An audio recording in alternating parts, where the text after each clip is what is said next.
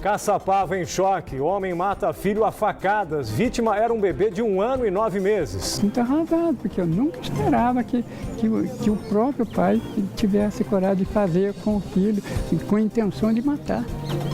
Crise das montadoras. Sindicato dos Metalúrgicos afirma que a GM implantou hora extra, mesmo com a suspensão dos contratos de trabalho.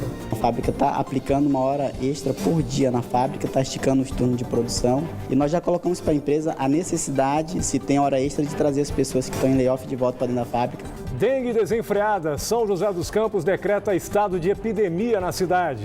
A gente está chamando a responsabilidade à rede privada, os convênios médicos, que eles passam a assumir os pacientes conveniados, seja no diagnóstico, seja no tratamento e seja nas complicações. Em Taubaté, vítima com malária é internada no Hospital Regional. Secretaria Estadual da Saúde diz que ainda não foi notificada.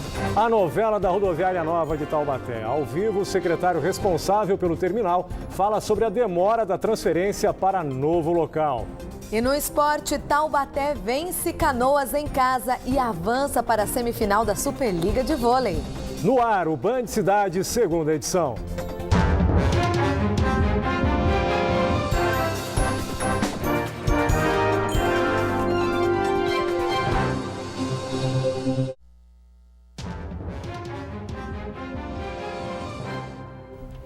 Boa noite. Boa noite para você. Uma criança de 1 ano e 9 meses foi morta hoje pelo pai em Caçapava. Segundo a polícia, o menino recebeu uma facada na cervical. Foi nesta casa, na Vila Paraíso, que aconteceu o crime que chocou os moradores de Caçapava nesta quinta-feira. Este vizinho ouviu gritos e chamou a polícia. Veio a mãe a avó da criança com a criancinha pequena no braço, pedindo ajuda para mim chamar a polícia, que o rapaz estava espancando o outro menino, que ela estava com medo que ele matasse a criança. Segundo a polícia, o homem de 25 anos estava muito agressivo.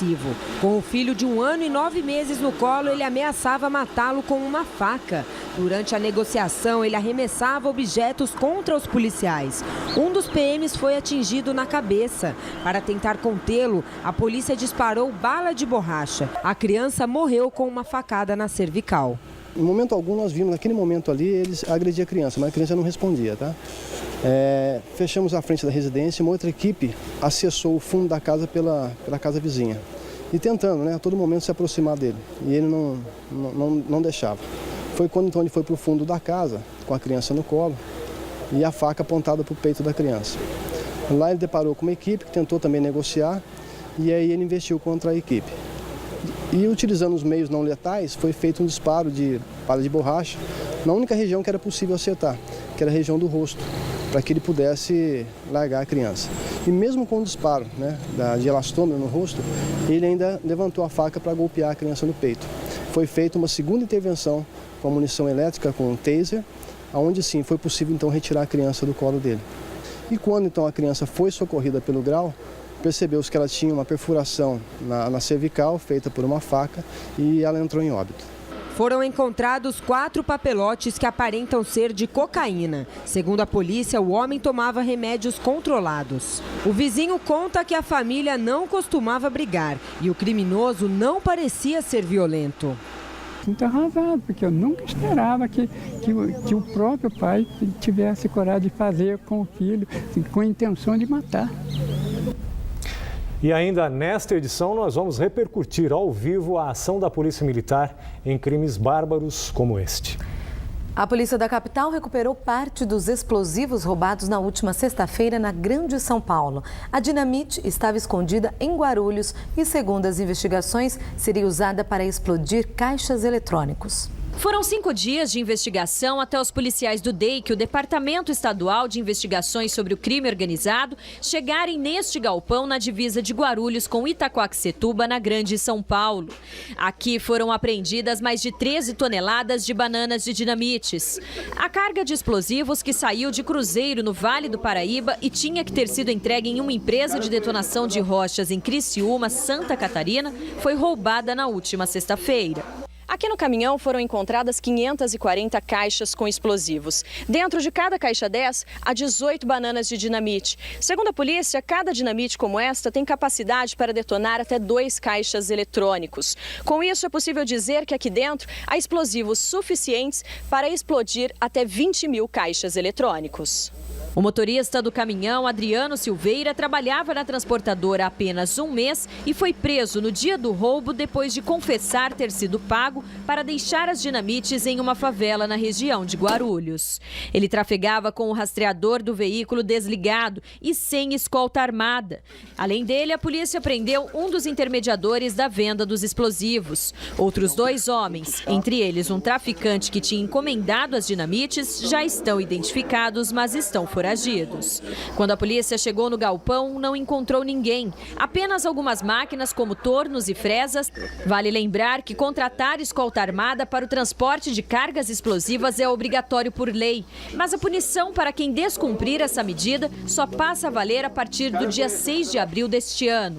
Dinamites como as recuperadas pelo DEIC são usadas por quadrilhas especializadas em furtos a caixas eletrônicos. Depois de estourar os equipamentos com barras de ferro, eles detonam os explosivos e fogem com o dinheiro. Depois de 4 anos, São José dos Campos vive uma nova epidemia de dengue. A cidade decretou oficialmente a gravidade do problema hoje. Os números de novos casos crescem de maneira assustadora e agora já são 762 pessoas doentes. Peregrinos da conscientização. Os profissionais de saúde percorrem diariamente centenas de casas em São José dos Campos.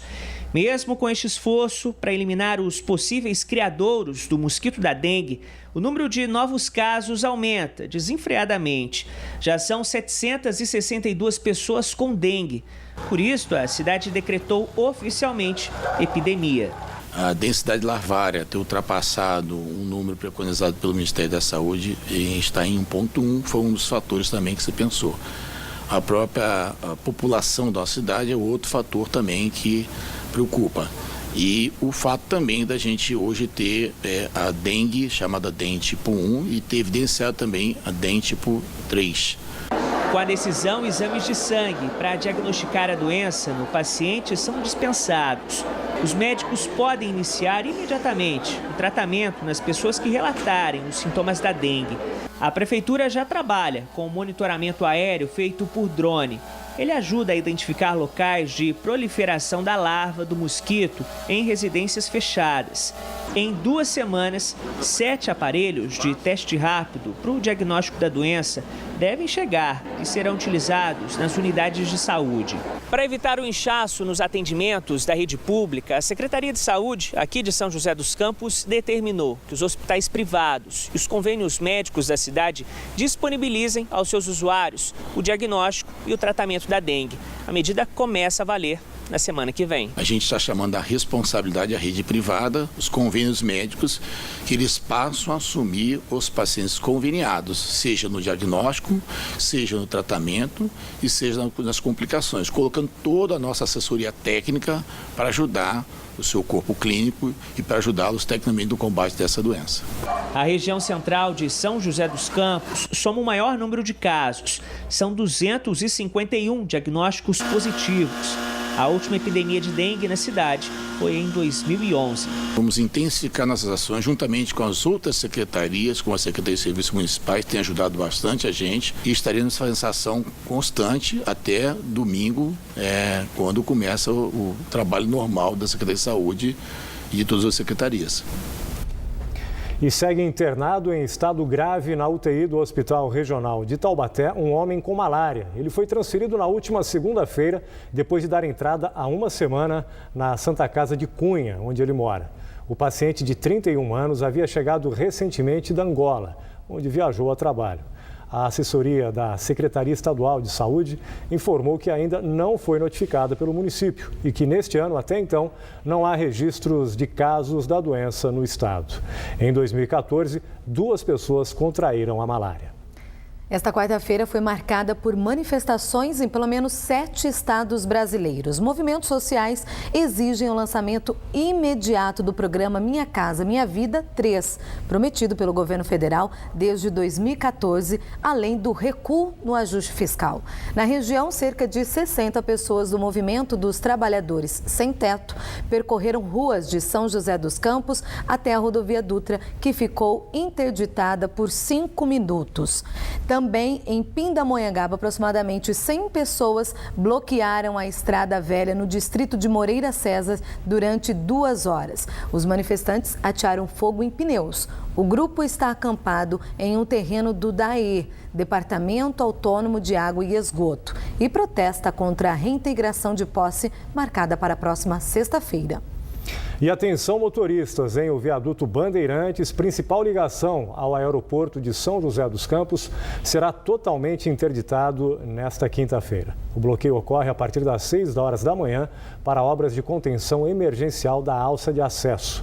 O trânsito vai ser desviado para a Avenida Deputado Benedito Matarazzo até a Rua Paraibuna, onde será possível atravessar a Via Dutra e seguir pela Marginal até a Avenida dos Astronautas. A previsão é que os trabalhos sejam concluídos até domingo, dia 22. Após a TV Band Vale denunciar as péssimas condições dos ônibus do transporte público municipal de Taubaté, a Prefeitura fez nesta semana mais uma vistoria. Fiscais inspecionaram 125 itens de segurança e manutenção em 14 veículos da empresa ABC Transportes.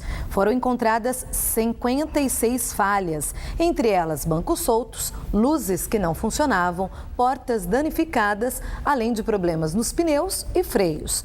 27 itens foram resolvidos no local, sob pena do veículo não poder ser utilizado no serviço público. Atualmente, 60 mil pessoas utilizam o transporte em Taubaté todos os dias. A ABC Transporte foi procurada, mas não retornou às nossas ligações. Depois de uma assembleia hoje à tarde, trabalhadores do terceiro turno do Centro de Encomenda dos Correios em São José dos Campos decidiram também aderir à paralisação de 24 horas. O movimento começou na madrugada de hoje. Segundo o sindicato da categoria, eles protestam contra a privatização da empresa e reivindicam a contratação de mais funcionários. A paralisação também foi registrada em Jacareí, Santa Branca, Ubatuba, Pindamonhangaba, Guaratinguetá e Taubaté. Em nota, a empresa afirmou que no estado apenas a região do Vale do Paraíba e a região de Campinas tiveram as atividades paralisadas e que 98% do efetivo no estado trabalhou normalmente nesta quarta-feira. A empresa vai implantar ações para evitar atrasos na entrega de cartas e encomendas. Para os Correios, o movimento é injusto, já que as reivindicações estão sendo negociadas em reuniões semanais. A seguir, secretário de Serviços Públicos fala ao vivo aqui no Band Cidade sobre a situação da rodoviária nova de Taubaté. E também autoridades discutem a São José dos Campos de 2030. Agora são 6 horas e 52 minutos, um breve intervalo e a gente volta já já.